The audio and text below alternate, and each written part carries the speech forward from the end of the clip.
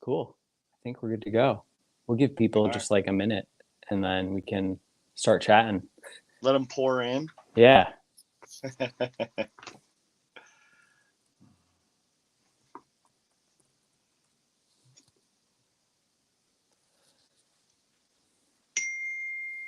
Oop. Come on, man.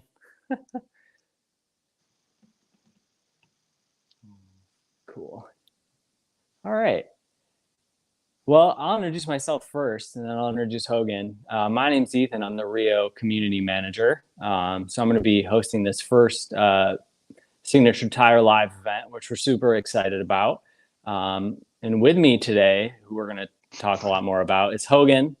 Hogan, Howdy, introduce howdy. yourself. Yes, I am Hogan Brown from the great burg of Penn Valley, California. Relocated to Chico, but I consider myself Penn Valley proud. So, Nice. yeah, fly fishing guide and dabble in other things like most people in the fly fishing industry. So, yeah, Cool. excited to be here.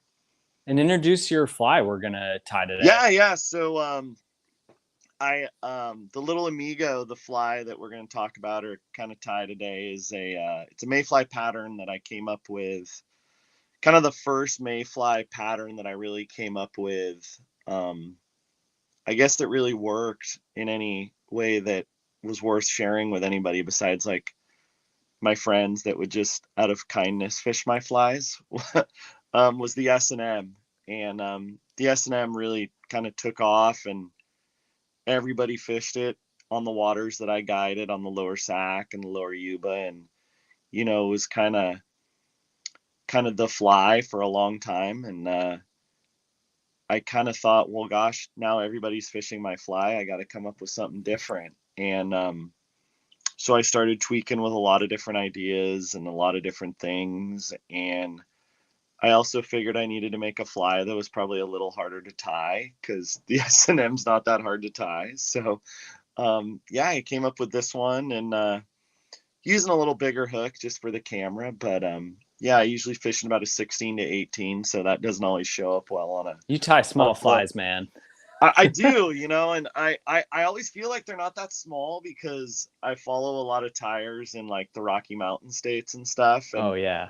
um, I always feel like I kind of tie big flies compared to those guys. But I also tie a ton of striper flies and bass flies. So like I look at a 4/0 hook and then I switch over to like a 16 and I'm like, yeah, these are pretty small. So Yeah.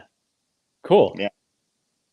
Well, why don't So you run me through like the first step and sure, we'll sure. keep. So any of my flies, I a big thing for me with all my mayfly flies is I use small thin thread. So I use a Same. A dot olive done. And one thing with tying small flies is you really have to be cautious of those thread wraps, right? Every time you move that thread up and down the hook shank, you add bulk to the fly. And so tying with a smaller thread kind of minimizes that. And I just start right behind the bead, nail it in, trim it off. Okay. And, a lot of people, wrap all the way down, then wrap back. Like I really am cautious about minimizing my thread wraps. Okay. Also, more time. Like Yeah. the Yeah. I less you mean, do, the better. If you're tying yeah. guide flies, man. Yeah. I tie these pretty quickly and try to crank them out in between many things. So the next thing I'll do, I use, again, 3 pheasant tail fibers for a tail. Cool. And So why 3? so why 3? Mayflies have 3 tails. Okay. And anytime you had, my thing is, well, if they have 3 tails, why would I give them 6, Sure. or 7, or whatever you do on like a normal pheasant tail, right? So also too, as I tie these in, more tails or more material adds bulk to the fly, right? So Totally. I set these right on top and take my thread wraps and lay them very close right next to each other. Cool. And so, like, my understanding in please tell me if I'm wrong, but what are you, well, actually, what are you trying to mimic with this fly? Is it more imitative, more suggestive? Yeah, Like, so this will be like a Baetis, a okay, Baetis, and I try to, one of my mentors in tying flies was a guy by the name of Bob Quigley. And I was lucky enough to kind of spend some time around Bob Quigley when he was alive. And one of the things he always said to me was, you have to nail the silhouette. okay, Like, nail the silhouette. And then once you nail the silhouette, you can mix in the attractor elements, you know? And so whenever I tie trout flies, I'm always thinking about what is the silhouette that that bug is giving off? What does the fish see?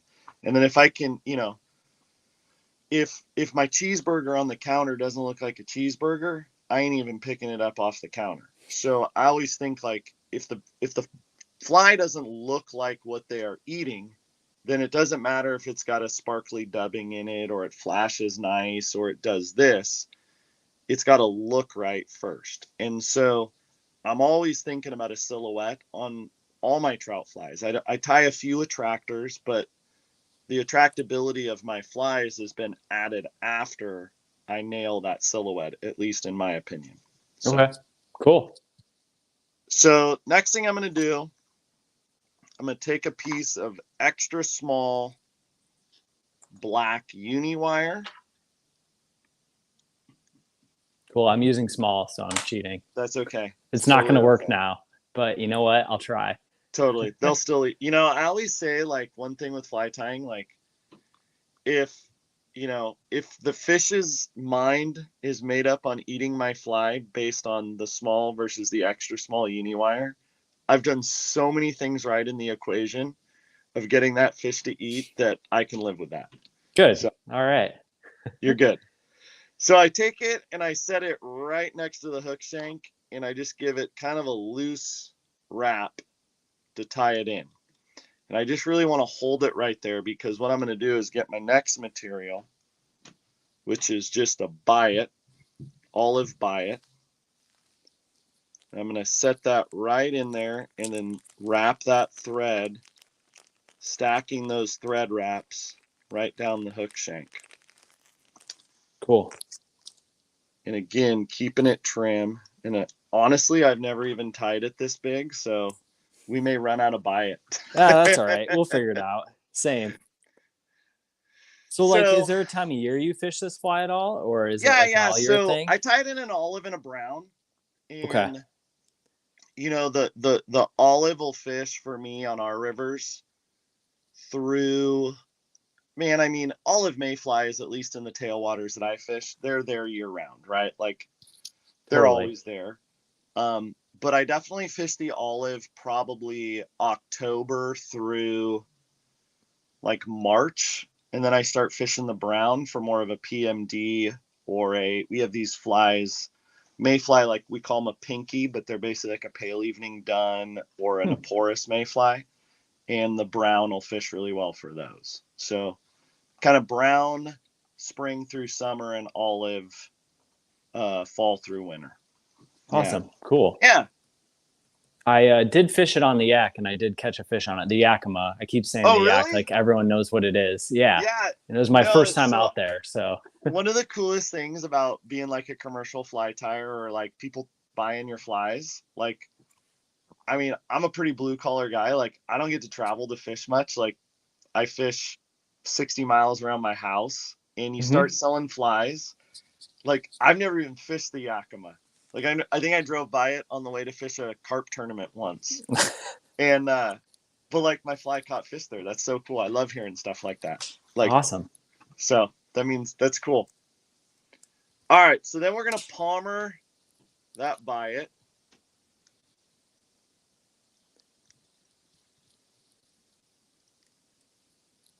Do you ever wet the biot? Do you ever try that trick, or do you No, not break them? I, I, I'm probably going to break it now that you said that, I'm sorry. but, I usually don't. That was my old commercial tying trick, and then I just hate biots. So I'm not a huge biot fan, but like they look so good they and do they're look so hard awesome. to tie with.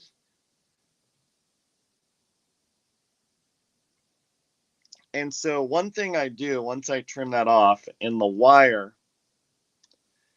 So a couple things with this fly.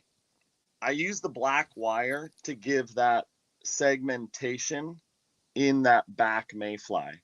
And it also, the small, as I wrap it forward, I try to stick that wire in the gaps of the biots, which I don't always succeed, but that is the goal.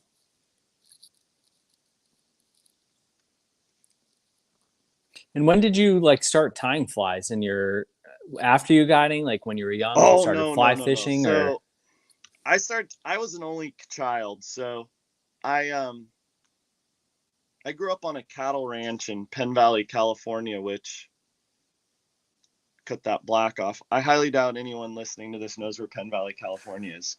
But so I grew up on the Lower Yuba River, which is like a real classic Western tailwater, and I was the okay. only child. So both my parents worked a lot. Like all I really had to do was like go outside, right? Like this is before, video games and all that type of stuff. I mean, I think we had a Nintendo, but you can only rescue the princess so many times. And so I would start going down to the river, and I kind of was like, what can you do on the river after shot a 22 across it and like thrown rocks and, swam in it. And I started to see dudes fly fishing. It was a big fly fishing river at the time. It Hmm. still is huge, hugely popular. And I told my parents, I'm like, hey, I want to learn how to fly fish. And they're like, what? I'm like, I want to learn how to fly fish. And so I was young. My dad fished quite a bit and kind of got outdoors, but he was more of like a jack of all trades. Like he wasn't really into any one thing. But my parents bought me a Sage Discovery Series fly rod. That'll probably tell you. Sweet. Yeah, yeah. Not the DS2. This is the OG DS. And me and my buddy Scott Catani, we were determined to learn how to fly fish. And we were like seventh, eighth grade. We were young, we were kids. And one time I was homesick. I stayed home from school sick, and my dad had got me like this fly tying kit that was like, it was a book.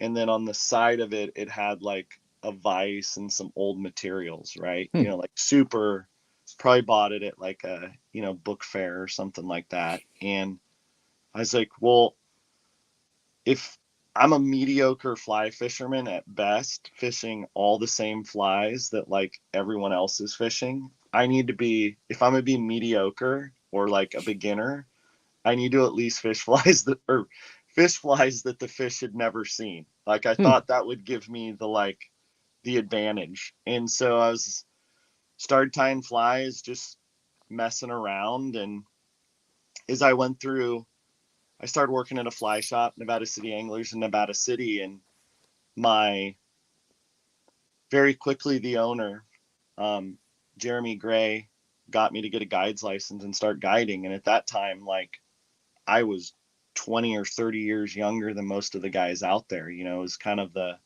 old salty guys. And I was very nervous, obviously, as any young man would be. And the same thought was like, well, if I'm going to put people on fish, Lord knows I'm not getting in front of these guys in my boat because Mm-hmm. it's not going to end well. I got to at least be running some flies down these runs that the fish hadn't seen. So I started just tweaking. I spent a lot of time swimming and scuba diving, or not scuba diving, but Oh, snorkeling cool. the river. Yeah, like Yeah. I had an old rope and an anchor, and I'd go sit in the flats, and I would just, with old wetsuit I bought at a thrift store and a snorkel I got at Kmart, and I would just sit in these flats and hold this rope and just watch, just kind of check out and see. And, I figured that's how you learned how to tie flies. You know what I mean? Like Yeah, just you gotta dive in the watch. river and look at the Yeah, like you gotta bugs. watch what you're Yeah. imitating. There's Everybody no does that. YouTube. Yeah, I mean, it, I feel old saying it, but it was like there was no YouTube, there was no books, there was nobody, you know, When I I started, it was the same, man. So I yeah, totally hear you. yeah. So I just watched things and saw, a lot of it was looking at flies that were in the box at, say, the fly shop and being like, wait, that doesn't really look like what I'm seeing. It's a good idea, but we can improve it. Or it, picking up a commercially tied pheasant tail and being like, wait, the PMDs are not this fat. We need to trim this down. So, um, just a lot of experimentation. And like I always say, like I was the only child with a river in my backyard. Like, That's pretty you know, sweet. yeah. So, Yeah. Cool. yeah. So on this one, the next thing I do, I give it a wing case and give it a little flashback. Um, a lot of people, you can, give or take a Got it. flashback, just a thin piece of Mylar. Yeah, it's kind of like a trigger sometimes. Like that's how I Yeah, look at it. Like I don't think it hurts, and they all get those little hydrogen bubbles when they're about to break out of their case, or totally. And so. that's where I was sold on the flashback was another mentor of mine. And I can't say I'm lucky enough to know him really well, but I've studied everything the guy does. Is Mike Mercer, and he always talks about Yep. not a full flashback, but that thin slit right down the middle is the cracking of the wing case. And Yep. if you've watched mayflies, especially Baetis, they do get really dark wing pads on that wing case and a lighter kind of color in between the sooner and closer they get to a hatch. So it made sense to me. Sure. I mean, it Next works. thing, yeah, I mean, I don't know what the fish think, but they eat it on occasion. So I take I don't know, that's probably a little thick, but strip of turkey tail, and you can use a biot too. I use a lot of goose biots, but turkey tail probably best on this bigger one, and just tie it in as a wing case.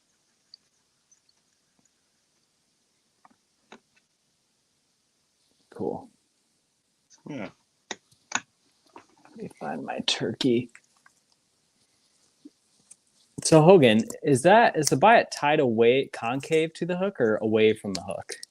So Would when you I say? tie the biot, Yeah. like for a wing case, Yeah. so for the wing case here, I'll tie in a biot so you can kind of see, because that's definitely something I do probably more than, I don't know if I was the first guy to do it, but so let's see if I can find a fat one. Oh, I just broke my thread. Good. Not gonna lie, I'm tying with 12-aught right now. I go really small with my threads. Oh wow, I, that's I that's cheat. It's why dude, my that's flies look impressive. good. Now you're just showing off. I don't know about that. So with the biots, I do two things. I'm looking for a bigger one for this big fly, but so I'll take the goose biots. I use this a lot on my smaller flies. So goose biots, if you look, naturally kind of curve, right? And so I tie in the point and use that natural curve to pull over the hook shank.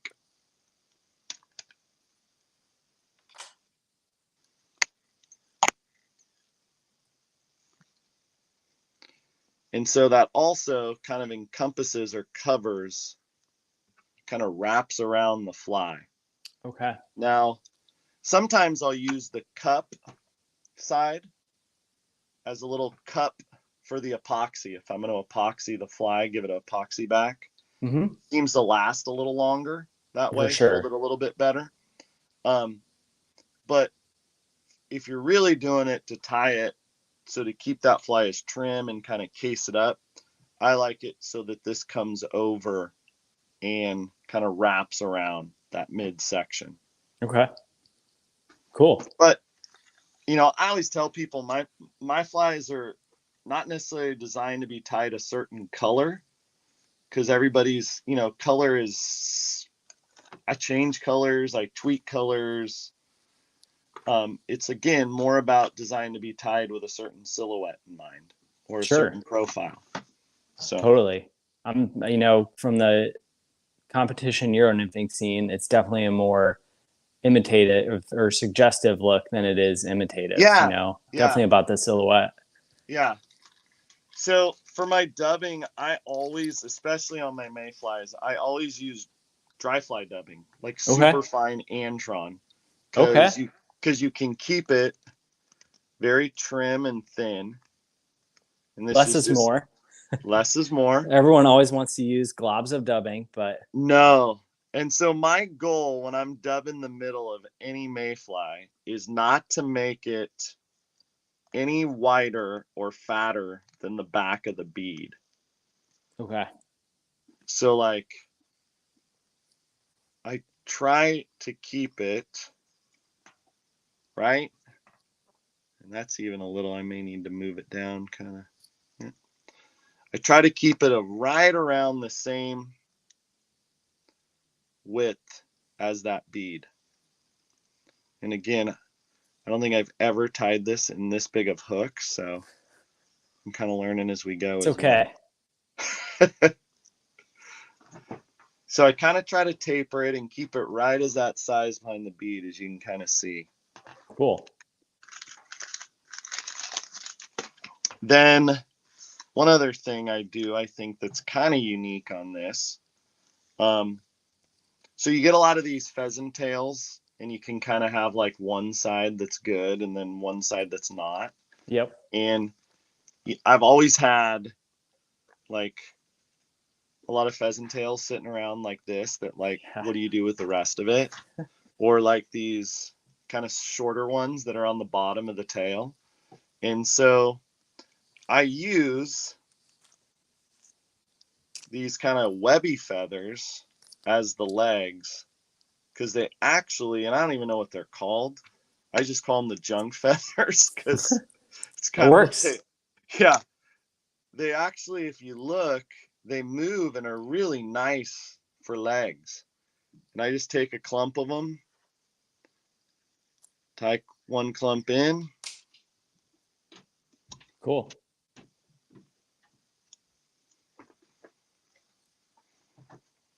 take another one,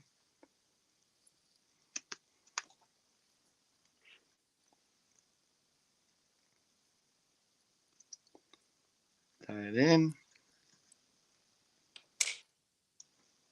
like that. Are you constantly trying new patterns and evolving them, or is it like you're on the river and you have a tough day and you're like, man, if I just had this, or how do you approach that? So here, I'll show you. Oh boy. Yeah. So I I always come up with flies and I fish them first. And if you look, these are all, let's see, these are all different versions of a PMD I'm working on. Oh my Okay. goodness. Do you tie three of the same? Do you tie one? And like, what happens if you lose it? Well, I'll tie 6. And Okay. so with Okay. this pattern, I've been working on this pattern for about a year and a half.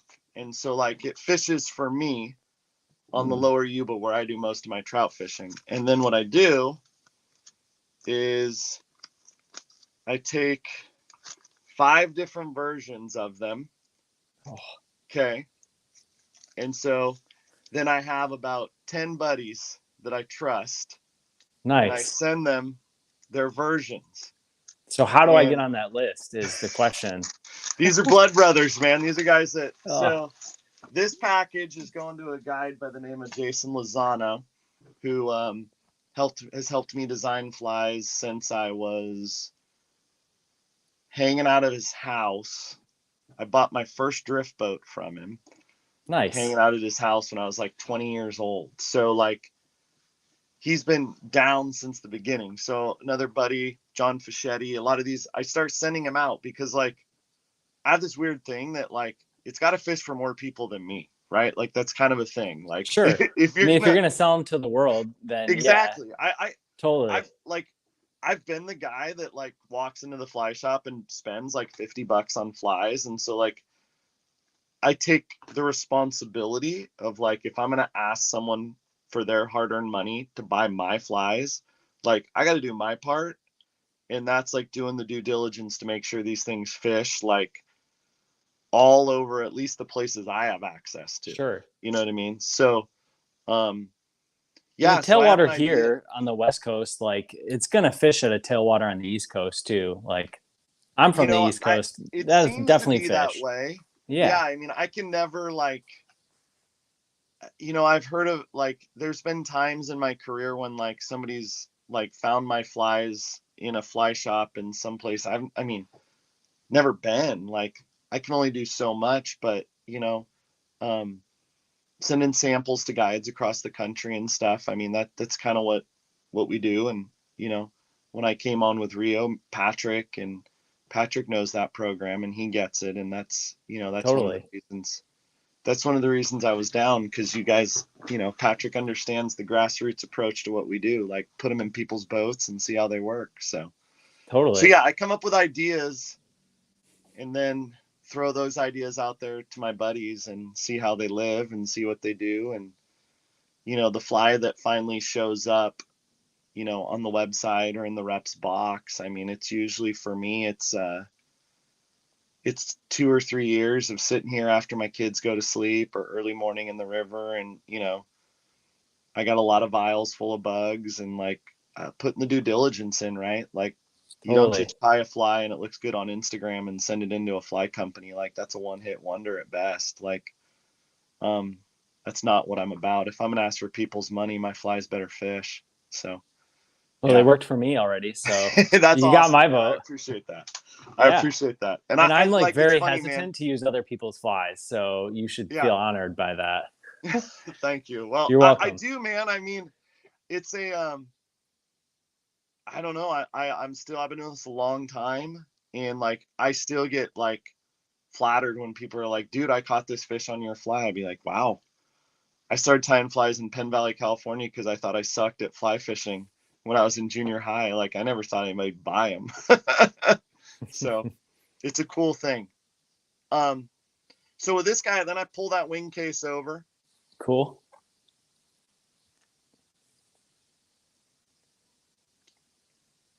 Then you can pull that strand of Flashabou over as well. Kind of try to center it up.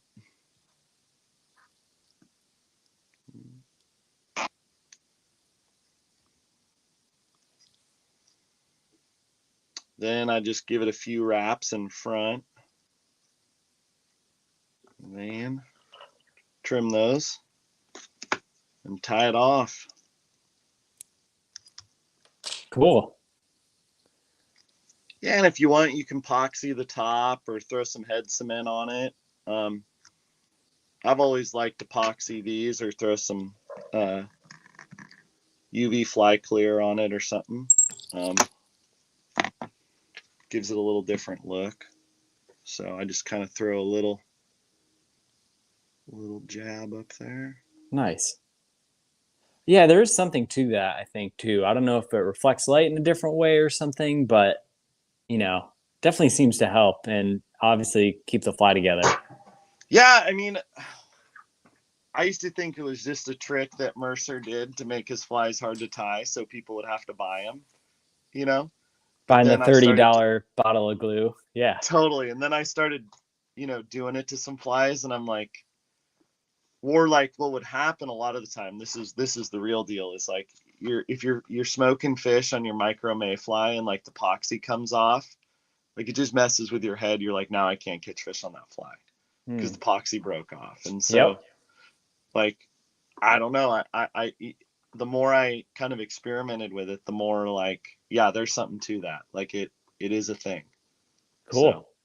yeah. So Awesome. that's it. That's a Lil Amigo, and the Awesome. biggest size I've ever tied. You mind trying to do a close up for us before we Yeah, like get sure. out Let of me see here? if I can get Cool. it in here. This is like perfect timing, by the way. I aim to please. I think we almost Uh, got it. uh, there we I'm go. not going to do a close up of mine because the biots we're not touching. So Oh, I'm struggling. that's all good. There we They go. can see it on the Rio website anyway. Yeah, it's Just on the go to Rio Rio website. Sig Tyer Those and are probably check it tied out. better than mine anyway. That's also a humbling fact when you get your samples back and somebody that doesn't even know you or your flies ties them better than you do. So I don't know, man. It looks pretty good to me. oh, well, I appreciate it. So Cool. Well, this has been awesome. We're yeah, definitely going to do this again soon. absolutely. So We got a lot of yeah, good people on the team and a lot of awesome perspectives on tie and fly. So it'll be fun to watch these as a fan as well. And that's part of the fun of being on a team like this is I'm a fan of a lot of the guys that I get to work with. So yeah. I mean, yeah, it's awesome. It's awesome for me to work with you guys and like learn from everybody. Like that's the fun part of fly fishing, is oh yeah, learning all man, this there's so stuff. much to learn. You got something to learn from everybody. You never know it all. So yeah. Totally.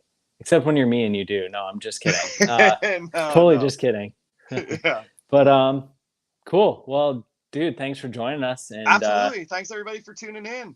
yeah, Yeah. check out Hogan's Flies, Rio.com, RioProducts.com, and yeah, give them a try. They worked. I'm not lying. I've tried them. They work.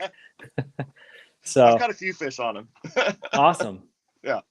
Cool. Well, Cool, thanks, man. Hogan. Appreciate it. Absolutely. Thanks, Ethan. Thanks everybody for tuning in. Yeah. Good night, everybody.